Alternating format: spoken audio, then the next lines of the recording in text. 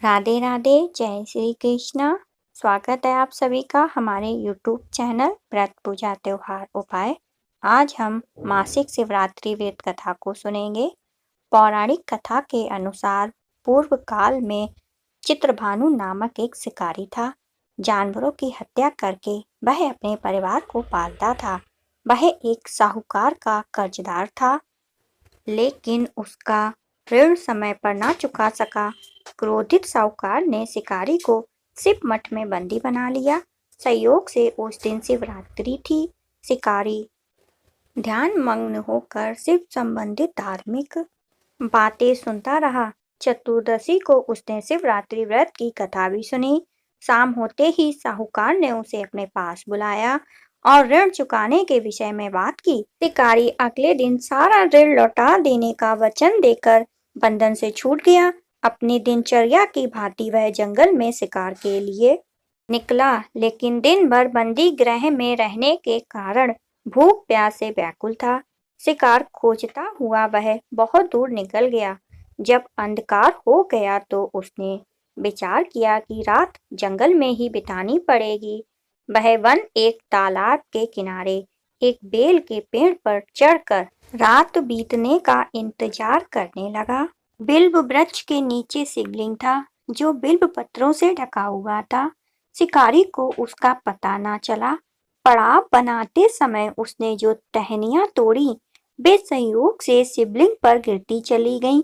इस प्रकार दिन भर भूखे प्यासे शिकारी का व्रत भी हो गया और शिवलिंग पर बिल्व पत्र भी चढ़ गए। एक पहर रात्रि बीत जाने पर एक गर्भिणी हिरणी तालाब पर पानी पीने पहुंची। शिकारी ने धनुष पर तीर चढ़ाकर ज्यों ही प्रत्यंचा खींची। हिरणी बोली, मैं गर्भिणी हूँ, शीघ्र ही प्रसव करूंगी। तुम एक साथ दो जीवों की हत्या करोगे तो ठीक नहीं है। मैं बच्चे को जन्म देकर शीघ्र ही तुम्हारे समक्ष प्रस्तुत हो जाऊंगी, तब मार लेना। शिकारी ने प्रत्यंचा ढीली कर दी और हिरणी जंगली झाड़ियों में लुप्त हो गई।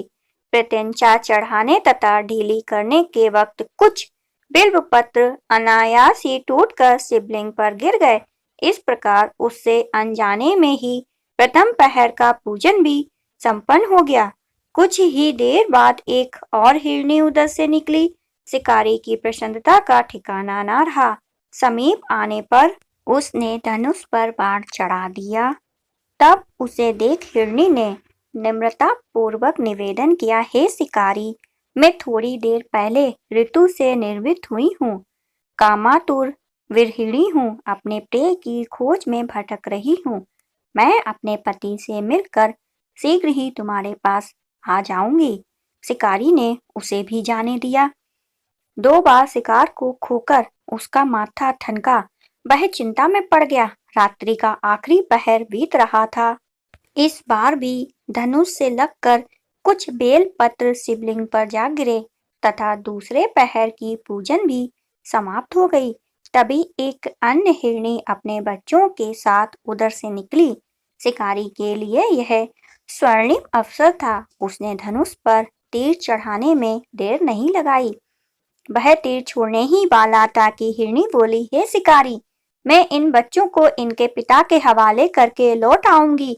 इस समय मुझे मत मारो। शिकारी हंसा और बोला, सामने आए शिकार को छोड़ दूं? मैं ऐसा मूर्ख नहीं। इससे पहले मैं 2 बार अपना शिकार खो चुका हूँ। मेरे बच्चे भूख प्यास से विग्र हो रहे होंगे।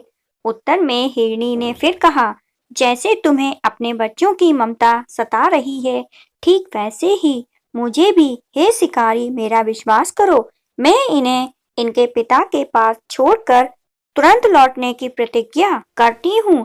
हिरणी का दुख भरा स्वर सुनकर शिकारी को उस पर दया आ गई।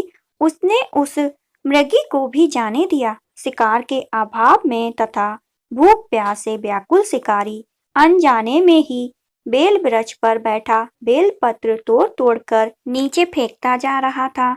पाँव फटने को हुई तो एक हष्ट पुष्ट मृग उसी रास्ते पर आया। शिकारी ने सोच लिया कि इसका शिकार अवश्य करूंगा। शिकारी की तनी प्रत्यंचा देखकर मृग विनती स्वर में बोला, हे शिकारी, यदि तुमने मुझसे पूर्व आने वाली 3 मृगियों तथा छोटे छोटे बच्चों को मार डाला है तो मुझे भी मारने में विलंब ना करो, ताकि मुझे उनके वियोग में एक क्षण भी दुख ना सहना पड़े। मैं उन हिरणियों का पति हूँ। यदि तुमने उन्हें जीवन दान दिया है तो मुझे भी कुछ क्षण का जीवन देने की कृपा करो। मैं उनसे मिलकर तुम्हारे समक्ष उपस्थित हो जाऊंगा। मृग की बात सुनते ही शिकारी के सामने पूरी रात का घटनाक्रम घूम गया। उसने सारी कथा मृग को सुना दी। तब मृग ने कहा, मेरी तीनों पत्नियां जिस प्रकार प्रतिज्ञाबद्ध होकर गई हैं, मेरी मृत्यु से अपने धर्म का पालन नहीं कर पाएंगी।